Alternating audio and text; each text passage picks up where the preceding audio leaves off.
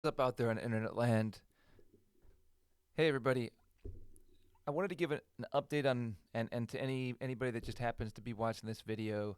Just wanted to kind of throw out there into this mysterious ether that we call the internet.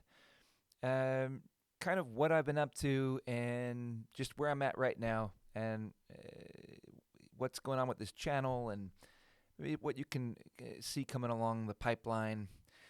These you know, I'll just be completely straight. The Doing YouTube and being a local musician, like, it's hard to know. Maybe this is just a general truth of life. It's hard to kind of know what the next thing is that you should do, and and kind of what needs the attention, and it's also hard to know, like, a lot of times when I'm making, as I've got like what, around 500 subscribers or something like that, which isn't a lot. And it's really hard to know how many people are, you know, actually watching. I mean, you got the analytics, but like, how much is actually being digested? How many interactions I actually have? And so, everything I understand about YouTube is that whatever I make, it should be to serve you. And so it's very hard to understand what's serving you when there's very little feedback that comes back. And so, I get likes on the videos, I get some comments here and there, but there's not a lot of consistent feedback. So it's just really hard to know, what do I even make. At this point, I have, I would say, a wealth of experience. I've been gigging as a musician for over 10 years at this point, and I've done a lot of different kinds of gigs. I've worked a lot with recording and running my own studio, uh, a home studio, not some LA professional grade thing, but I've worked with a lot of different equipment, and then I have all these different angles on um, the mainstream politics stuff that I don't feel like there's a lot of really well thought out and empathetic and togetherness centric dialogue or monologue that's occurring on the internet that really is about trying to create understanding about a variety of perspectives, and not just sort of point the finger. Philosophical stuff. I got kite surfing stuff. I don't know. I got all this different stuff, and it's like, and then everything that everyone or all the resources tell you about YouTube is to niche down, niche down, niche down. And yet, I don't want to niche down. I want to talk about all the things that I actually think matter. Um, but then I would like to have an audience for it, you know, because otherwise, it's like, I enjoy having the ideas, but there's no point in making the video if nobody watches it.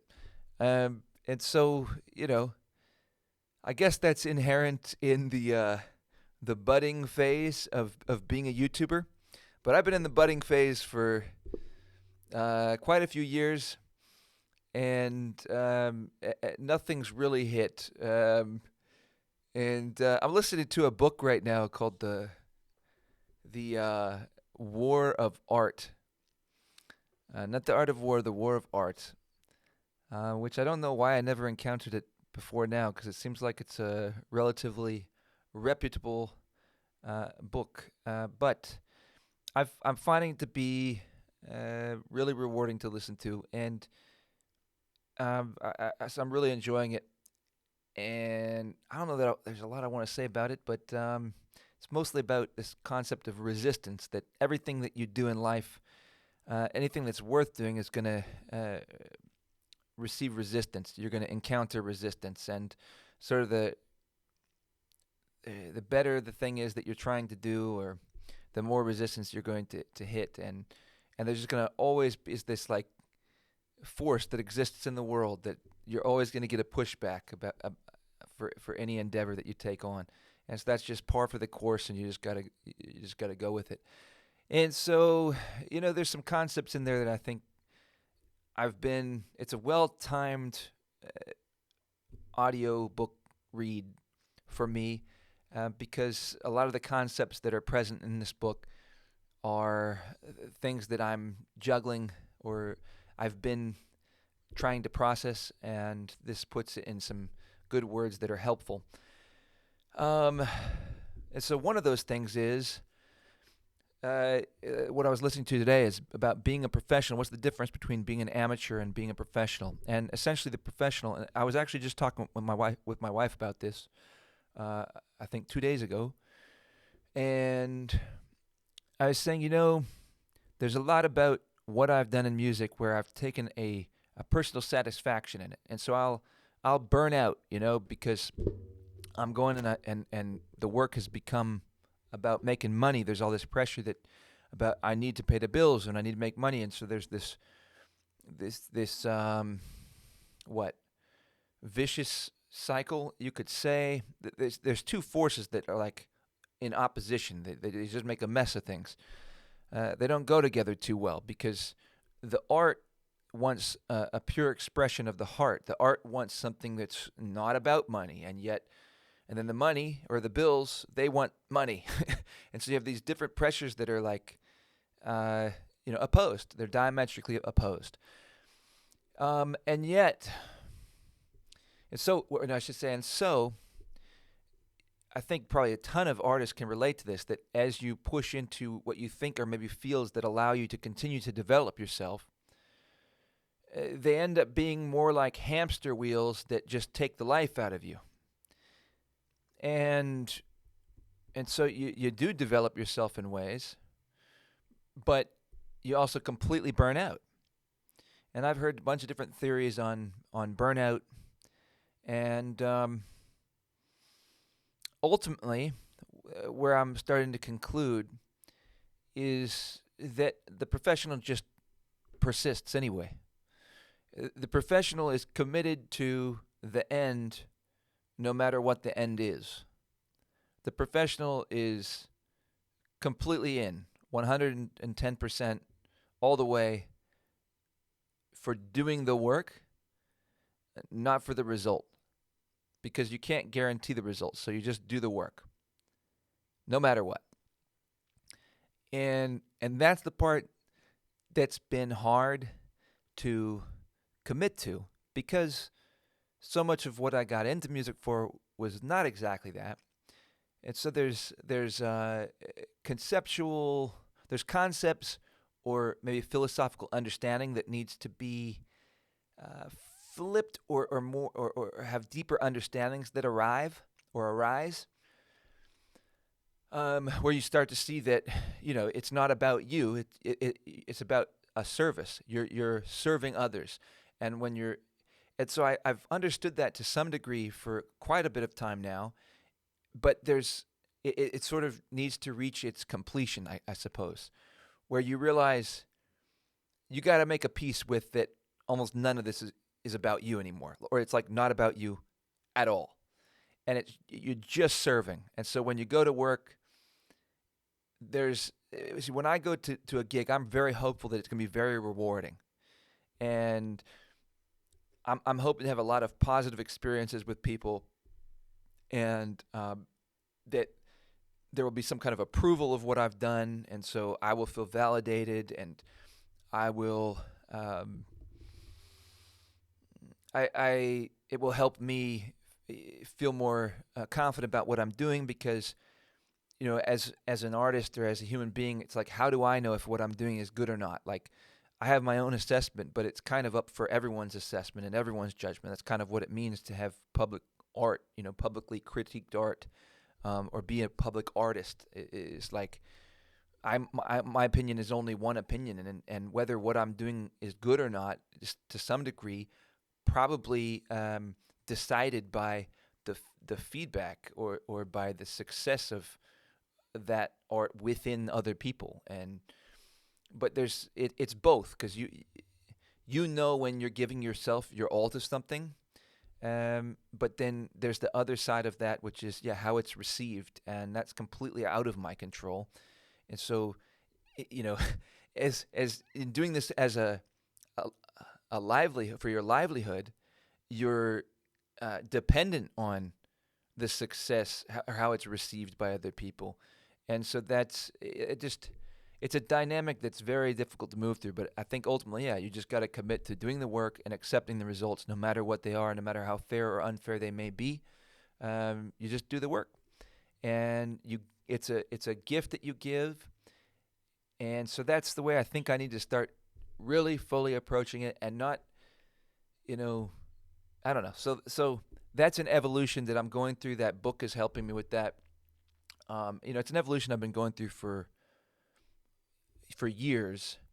Um, but as I experienced a lot of opportunity when I first came to Charleston, and then I've become weary over the years of doing it, and had mixed feedback. I think overall I've had a lot of good feedback, particularly in the professional work that I've done.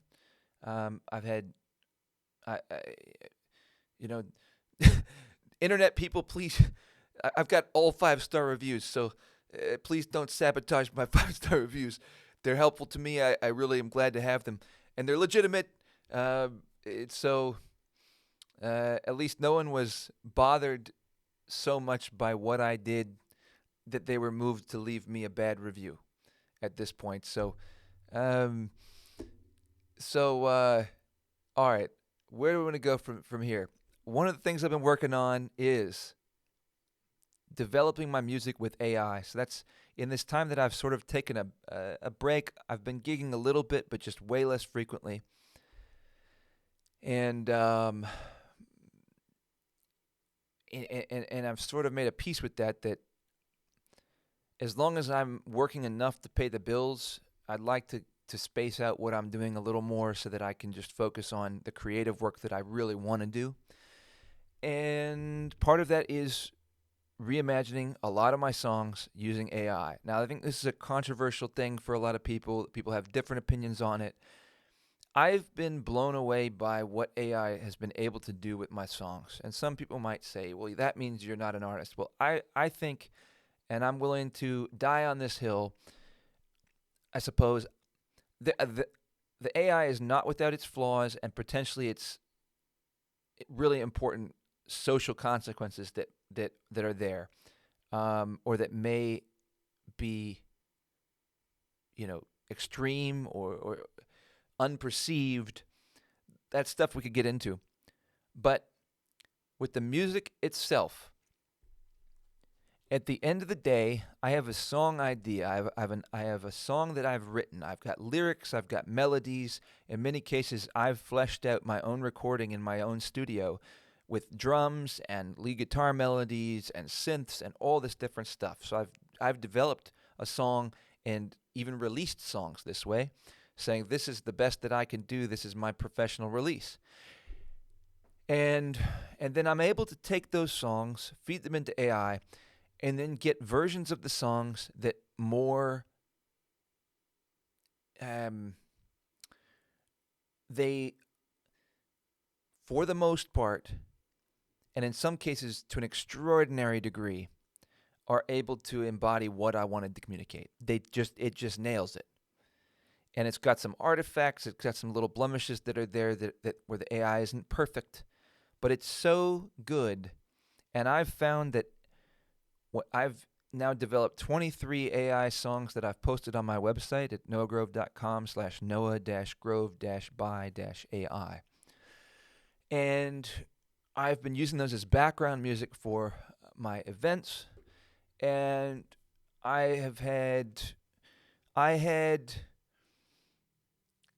I'm just going to say it. I had a black lesbian couple that danced to one of my songs. And the reason I say this, or I point that out, and on the one hand, I don't want to because everyone talks about all these division points, and this is one of the things I like the least about the world is that how much we separate each other from each other over what aren't really that significant of lines. But a black lesbian couple is a certain subset of the population, and it may or may not come with certain connotations or certain cultural truths. At the deepest level, everybody's an individual, But the point that I'm making is that it was very rewarding to see my song connect with people that many, I would say most people probably would guess, have a very different mindset or different thoughts or culture or uh, things that they like than me. That we're different in what I would say are probably more superficial ways, but lots of culture might think otherwise. And the music, I think, kind of proves it because that's where there's no. This couple just started dancing in the street.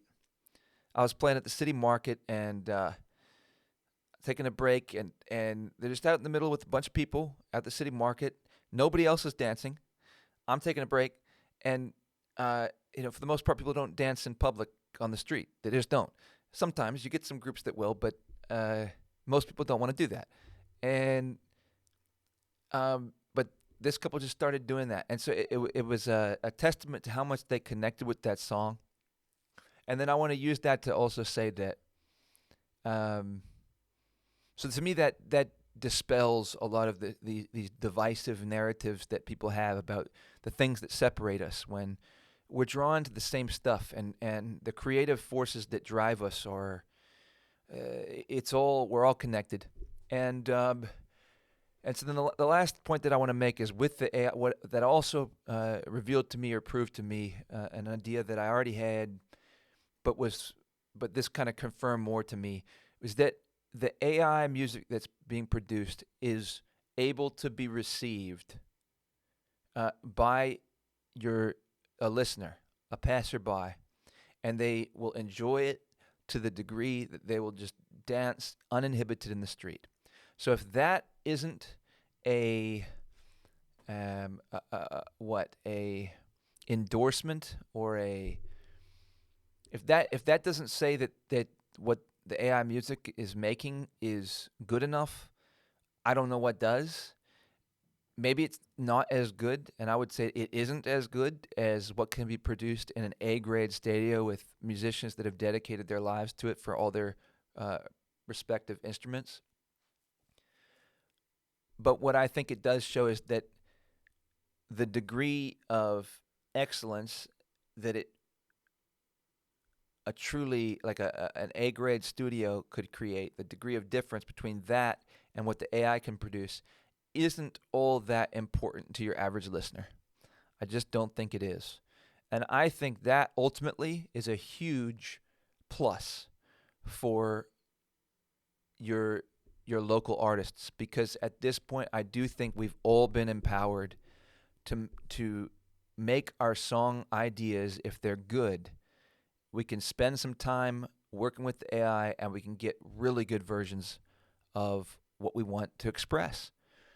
And so for me, even if none of my songs ever get listened to and they achieve no like artistic success or notoriety, just on a personal level, I've been so glad to have those songs produced the way that they are, because they're these things that are embodiments of what I wanted to express, are more fully realized versions of these things of these creative wishes that I had.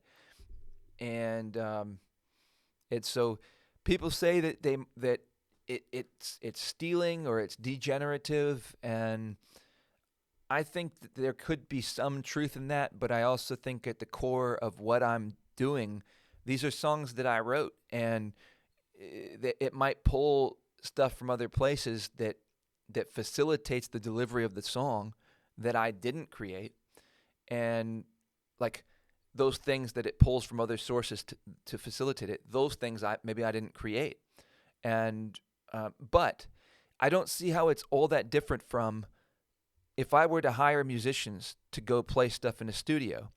They're going to be pulling on all of their breadth of experience to create the same kinds of things. If I said I wanted this song, if I have a song concept and I understand sort of the genre influences and what it could be, they're ultimately going to be doing the same thing. The only thing is that I'm just paying directly to that musician. And and so everyone's pulling from different influences and all that anyway.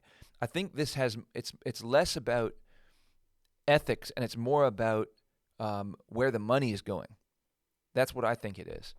And so, at least for the time being, no matter what happens, even if these songs end up the legally not being allowed to be shared and distributed because it's for whatever reason that people decide, um, I'm still going to be so happy that I have them, even just share with my family or my friends and anybody else that wants to listen to them because they're the best versions of what I sought to create that I have, and that's coming from somebody that I've essentially dedicated my life to this stuff, and I've worked quite hard on a lot of aspects of music production.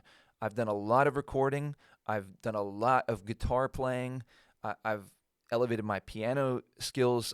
I'm able to play classical piano and at a pretty high level. So I'm pretty good at a lot of different things, and I couldn't do it all. I couldn't get all. So even with all the time that I've put into developing it, this takes it to a significantly better level. It's able to bring out ideas that about how to deliver these songs that I couldn't do, and and then it's made the songs better. And so, at the end of the day, I think that's a good thing because even if you just want to use them as rubrics, for then taking that into a studio and having other artists create their own interpretation, or other musicians, instrumentalists, creating their own interpretations of that AI produced recording, then I think it's it's like the best troubleshooting device for a songwriter that you could have ever asked for. So I think there's a ton of application for it, even just for creating your own releases. Use it as background music and things. And I, for one, am very happy that we have it. And but I would say that I don't think it's without its potential dark sides. And some of that is people's your average listener becoming kind of tuned out to a human component in things.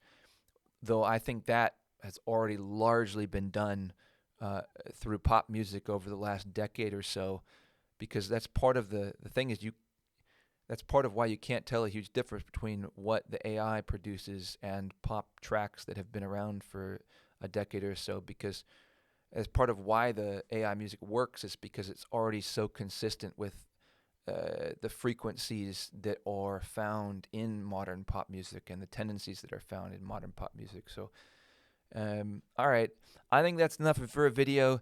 I think in large part, I just wanted to pop on here and just still be present here because I haven't made a video in a while. I keep trying to wrap my brain around what am I gonna do with this channel? How do I grow it? What kind of stuff do you guys want? Who's even watching? Like, do I have a weird conglomeration of people like some people want to see the tech stuff and some people want to see this? I don't know. One of the things I think I might end up doing here is have a different day of the week. Like 4 days a week I'll post a video, and each day of the week it's going to be a certain category. One day will be a political topic. One day will be a tech support or a tech thing, like a certain device that I've got some experience with. I'll tell you about it if I think it's a useful thing, and the good stuff that I use. I'll talk about it, and then maybe a song release day, and then maybe even a live stream day. And lastly, if any of that sounds interesting or whatever, or if you have ideas, I would really appreciate anybody and everybody, if you're hearing this right now, to let me know what you want to see, because the more feedback that I get, then I'm more likely to be able to I'll be better equipped to make stuff that you actually want to see or that would be actually useful to you. So I'm a resource. I would love to be a resource. I'd love to grow this and put all this experience that I've gathered to some educational use. So thanks for watching the video and enjoy your day. See you in the next one. Peace out. Bye-bye.